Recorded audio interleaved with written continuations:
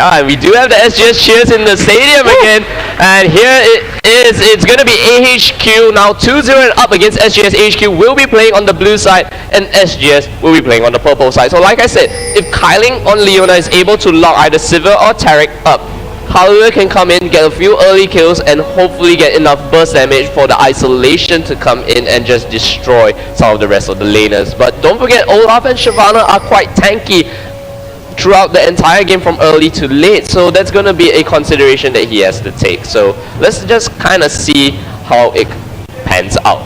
Right, the other thing about having a Leona as compared to a Tarek is that for Ghana Devil, he might be able to block out that initiate coming in from Tarek with the spell shield, but this time around, like we were talking about earlier, Kyling has 3 form of hard crowd control abilities. Does the Zenith Blade continue if you actually spell shield it? I think it does. It just right, it just brings you closer, but you're not gonna be able to lock him down. So, yeah. Okay.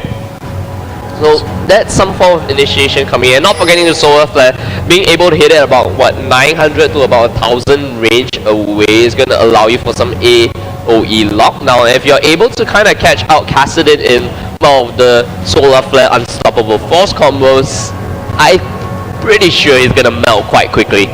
And look at the item coming in from Kyling here. He has had that mana potion in his inventory as well. So what it tells me is that he wants to go in for very early crowd control and very early zoning potential coming in for him. If not, he would not have picked up that mana potion.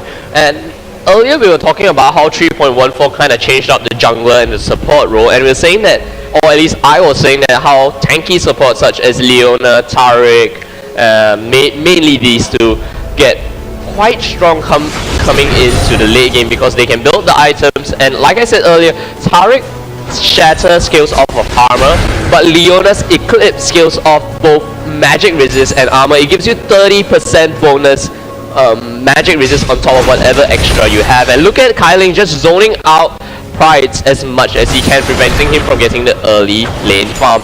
And initiating the lane swap has allowed Ben W to kind of recall and get a few more potions, sustain in lane a little bit more, and hopefully farm under the turret. Right, and hopefully this time Ben W might be able to just pull himself back into this lane, because for Malphite you do have some form of good wave clear coming in from the ground slam once the minions get in the turret range, and having that seismic shot as well will be able to kind of get you out of danger with the extra movement speed should ahq come for a 3-man gank as well. So let's see how that will work out for him. At this point of time, Ben W is still quite heavily zoned out by Green Tea at this point of time, even though he's not on his favorite flash.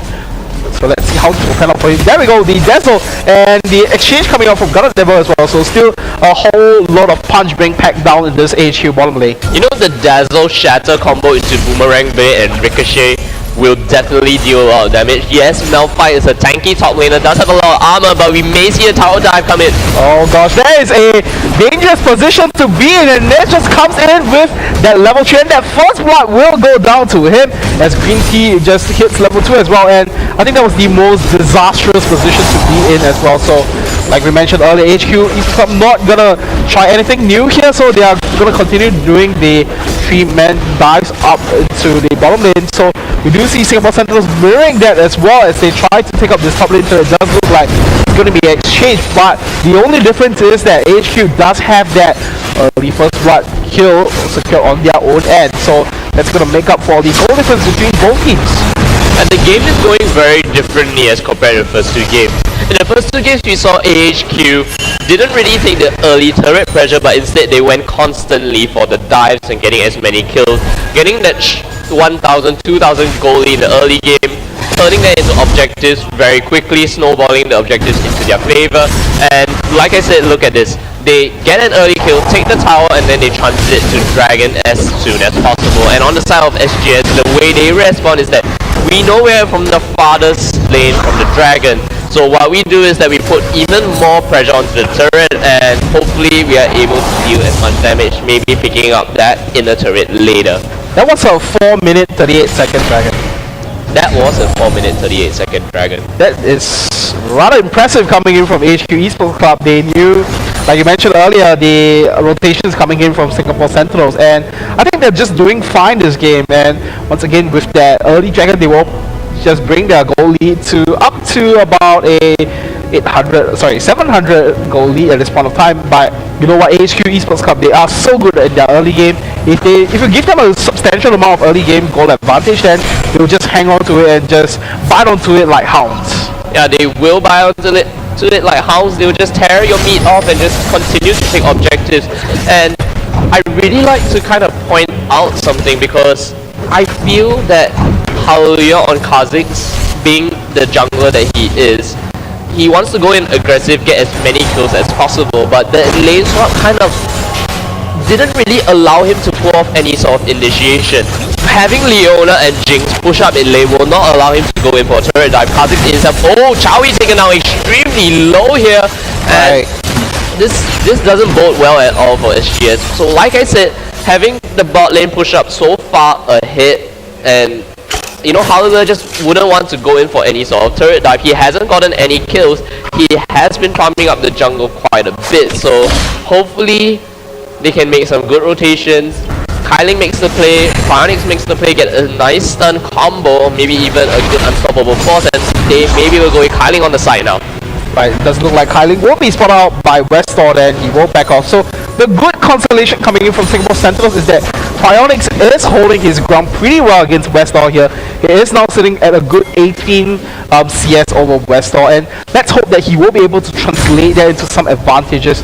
But Westor at this point of time, he has not reached level 6 yet, so he does not have that Void Walk. And okay. now playing with fire there. There we go, Haluya will spot him down there, but he will just leap out of the way, away from the Dazzle. And right now, between Choi and Gunner Devil, is just 1-to-1, man-to-man down in this bottom lane. Yeah, you were speaking about the CS difference in the mid lane, but look at the CS difference in the bottom lane.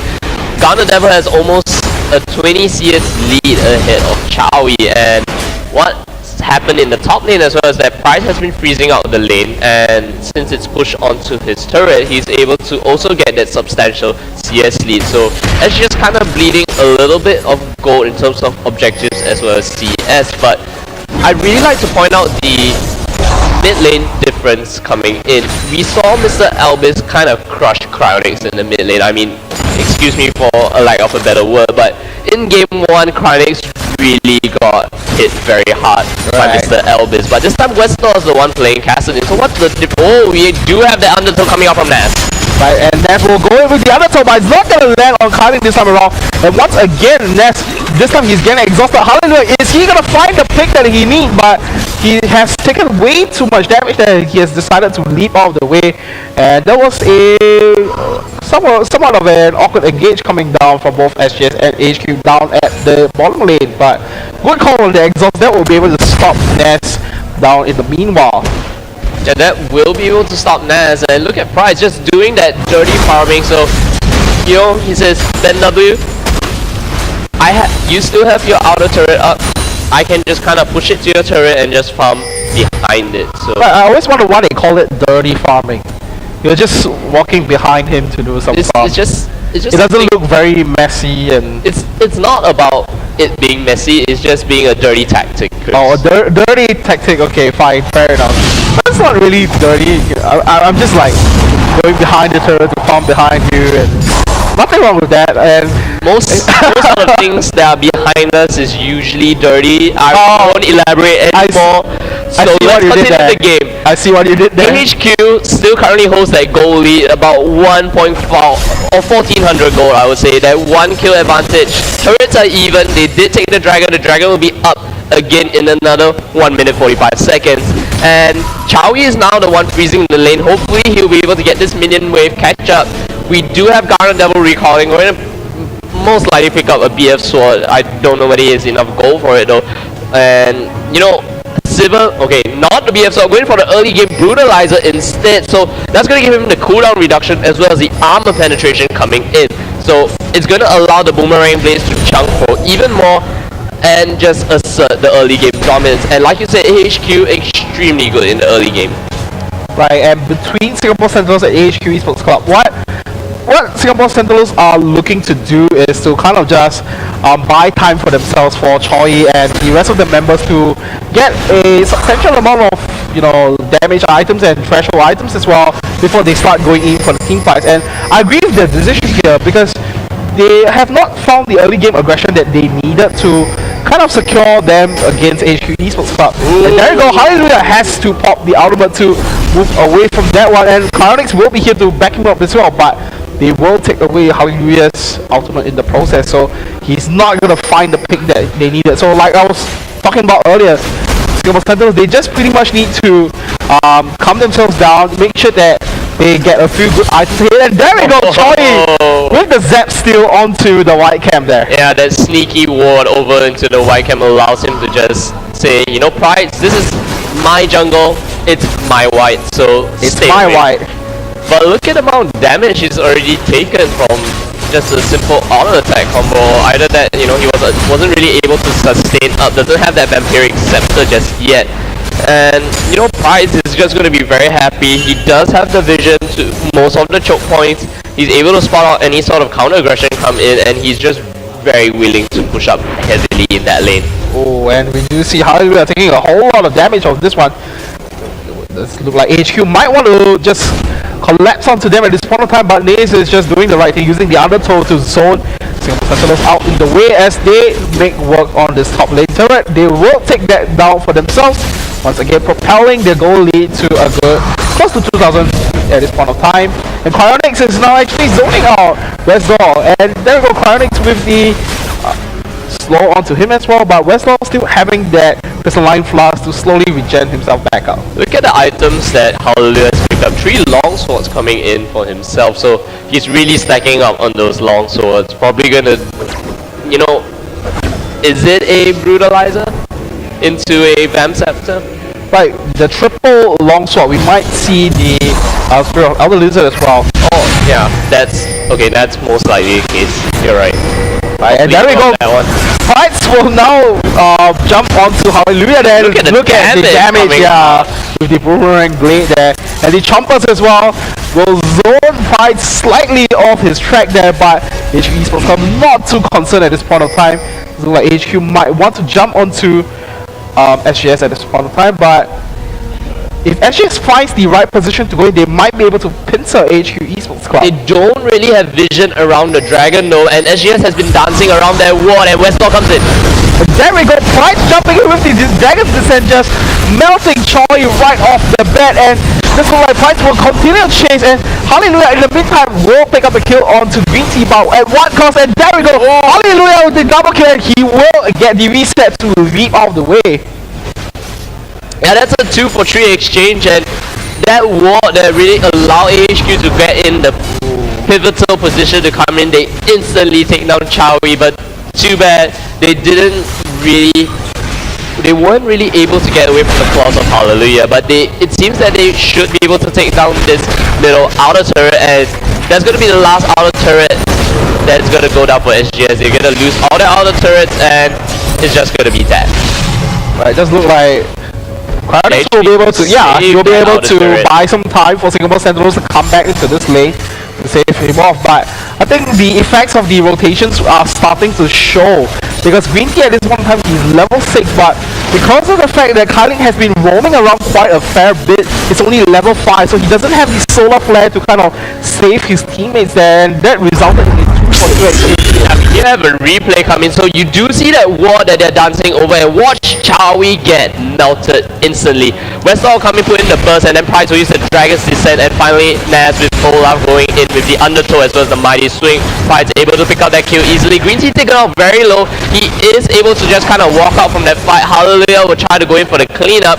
Kylie is on the side, gets ignited. He will go down as well. To that one, Naz is taken out. Extreme takes a few hits to the turret, then W will fall, and Hallelujah will come in, get the reset, jump away, and save the turret. In the meanwhile, Singapore Sentinels have taken out the Dragon for themselves, so kind of closing the goal gap for themselves, and we saw that in game number 1. Because for them, the Dragon was the utmost objective for them to grab, to kind of stop the bleeding. And because of that, they have done so, but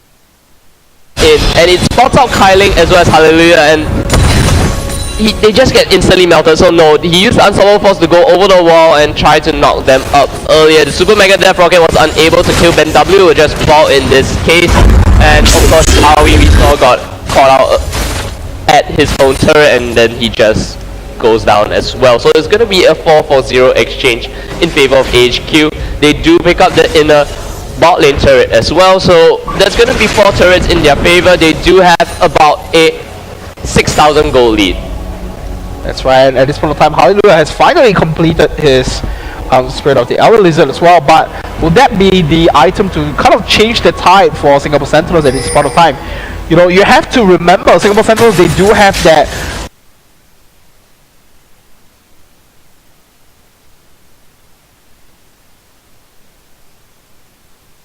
team fight potential much better than HQ Esports Club, but because of the fact that HQ was able to Ragnarok, Kailing taken down extremely low, he was just getting down. Sorry to interrupt you there, Chris. No problem, but that was just extremely quickly. I just blinked my eye and Singapore Sentinels just went down the process, and I guess that's the dangerous part that we're talking about. HQ just, you know, manipulated the early game so much more effectively against Singapore Sentinels, and they do have all these items advantage at this point of time.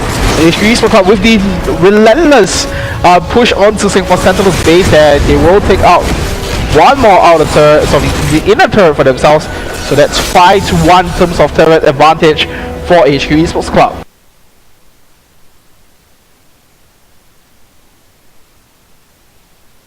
And once again, AHQ find themselves in a commanding goal lead 20 minutes into the game. They will try to pick up this dragon here, and it should extend their 7,000 goal lead to 8,000. And one boomerang blade coming in from Gunner Devil just took Charlie solo. There we go, on the hunt there, and SGS will converge onto HQ Esports Club there. Gunner Devil will pick up the kill onto Kailing. Their points are running for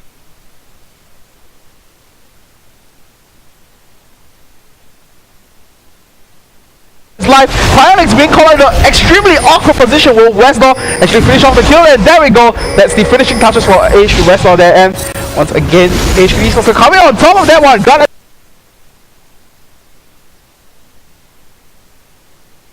Level will pick up one more kill onto Choi there, and Hallelujah is forced to run for his life there. So in terms, that was a 3-for-1 exchange in the favor of AHQ Esports Club. As we go into the replay, we do see this replay, we do see Ben W and Kailing get caught out. It seems that SGS haven't been able to group up together, and they've always been split 2-2-2, and this just allows AHQ to just kind of focus on the squishier target, take them down as soon as possible, and just really win out the team fights. Right, that was a very clean team fight for them as well, as we do see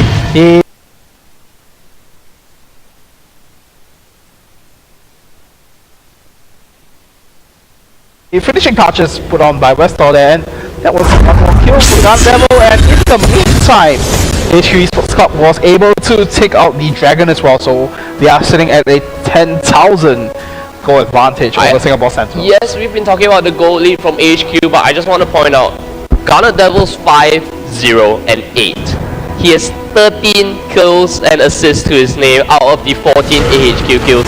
He's 9,000 gold ahead, more about 3,000 more gold than what Chowie has. And Hallelujah here getting caught out a little bit, just fancying his chances with prize. But what SGS needs to do now is group up, use their press R comp, get a few kills, and walk away without dying.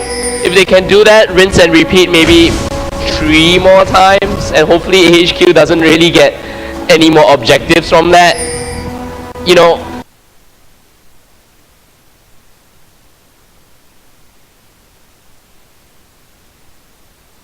they still have a fighting chance. They need to keep their head cool. They don't want to lose this game, because if they lose this game, they will be knocked out of the GPL quarterfinals and the single elimination stage, man. That's the danger when you have this kind of tournament format. There we go, Kailing now getting caught way out of position. He will melt down to Naze in the process, but Naze has to pop that Ragnarok. But in a sense, they did take out the most dangerous player in Singapore Sentinels with the crowd control capabilities, and they will be able to take out the final in the turret that stands in their way. You know, Chris, I honestly don't know how dangerous Kailing is at this point of time. He's level 7, only has that boots on mobility, doesn't give him any sort of stats as well, and of course that Ruby Side Stone only gives him health. He's not very tanky at all. Right, but he does have that crowd control, and there we go. It's going to be the unstoppable force change.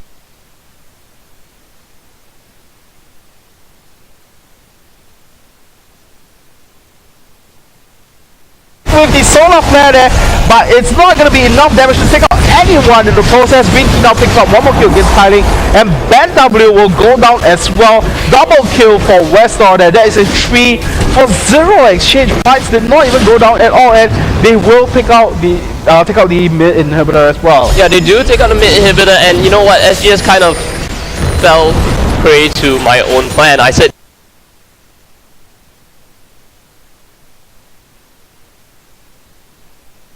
they need to stick together, use the press R-com, which they did, but no kills happened from that one at all.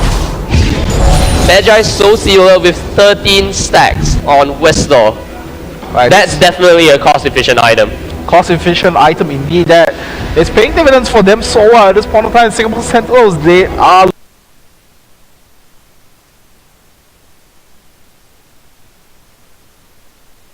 looking at a very grim situation, and I'm not too sure what they can do to kind of come back from this one.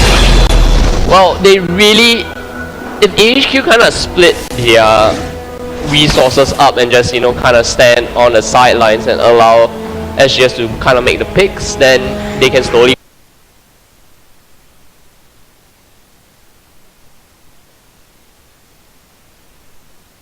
claw it back, but I don't see ahq kind of separating from each other at this point of time. They've been winning straight up 5-on-5 team fights, and they've been catching SGS out of position, like, you know, three members away, 2 members on the side, and just, you know, beating them in the numbers game in itself. And I honestly feel that it was on the onus of SGS to kind of stick together, go with the initiate. They always tried to pull off the flanking maneuver, and I think more than twice it's failed on them. Right, it's not exactly working out for them at this time, but just have to remember it's a 4-minute respawn on the inhibitor. If they are able to kind of just hold their ground until that period of time, they might be able to make something happen. Yeah, but in this time where they try to hold their ground, ahq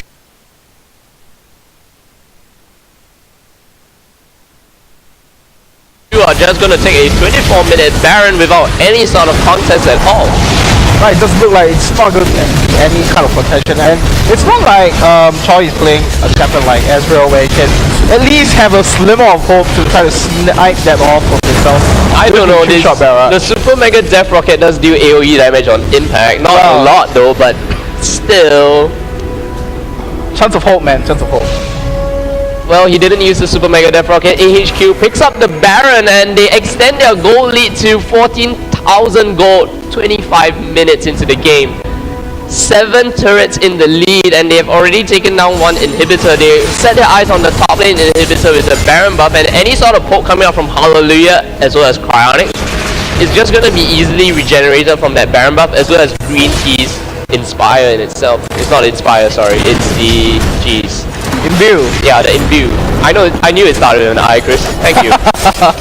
There you go, and a lot of blood damage. Oh my goodness. A complete meltdown for Singapore Sentinels right there, and everyone just gets chunked.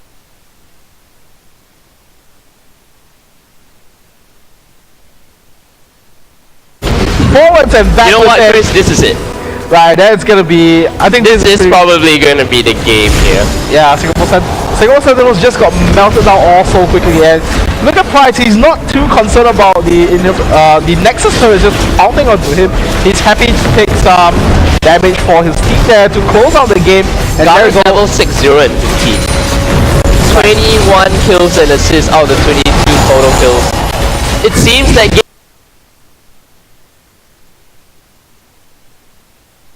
Game 3 is over, folks. Right, so that is gonna be it. ahq Esports Club will beat out the Singapore Sentinels to proceed